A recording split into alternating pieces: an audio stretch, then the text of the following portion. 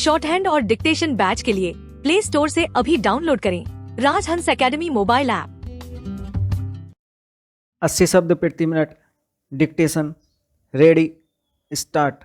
महोदय, मान्यता शब्द की हर तरफ से मांग आई है। मानो कि मान्यता देने भर से ही वे बहुत सी कठिनाइयाँ हल हो जाएंगी जो बांग्लादेश के लोगों के सामने हैं, हमारे देश के सामने हैं और विशेषकर हमारे सीमांत राज्यों अर्थात पश्चिम बंगाल, असम, त्रिपुरा और मेघालय के समक्ष हैं। हमने इस प्रश्न के हर पक्ष पर बड़ी गहराई से सोच विचार किया है। जैसा कि मेरे साथी ने बताया है, इसकी हम निरंतर समीक्षा करते रहते हैं। हम इसकी प्रतीक्षा नहीं करते कि दूसरे देश इस विषय में क्या करते हैं। इस बारे में या अन्य मामलों के बारे में हम जो कुछ भी निर्णय करेंगे वह स्थिति के हमारे अपने ही स्वतंत्र मूल्यांकन के अनुसार और इस बात को ध्यान में रखकर होगा कि हमारे हित व्यापक अर्थ में किस तरह पूरे होते हैं।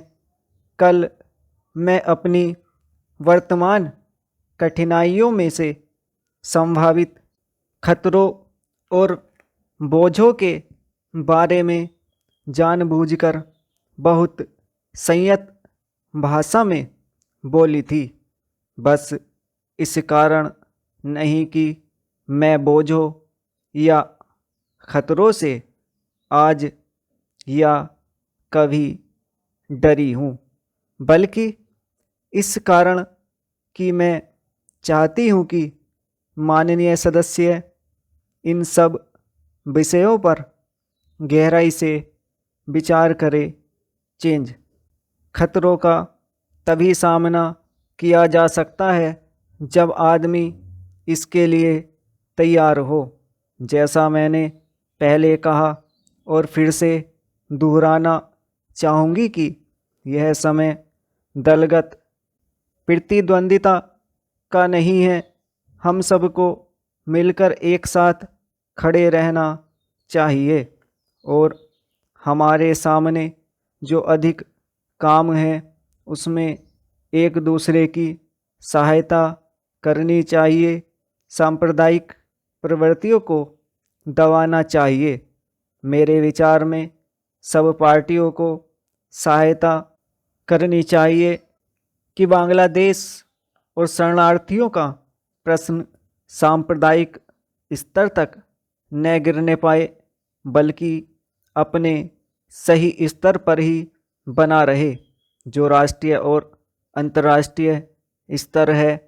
मैं इन प्रश्नों और अन्य घटनाओं के बारे में विरोधी दलों के नेताओं और सदन के अन्य सदस्यों से संबंध बनाए रहूँगी। मैं अपनी तरफ से सदस्यों को इस विषय पर अपनी बात मुझसे आकर कहने और उनके पास जो कोई जानकारी हो उसे बताने की पूरी छूट देती हूँ। साथ ही इस समय इससे अधिक और कुछ कहने को नहीं है। मैं बस इतना ही कहना चाहूँगी कि हम निराश न हों।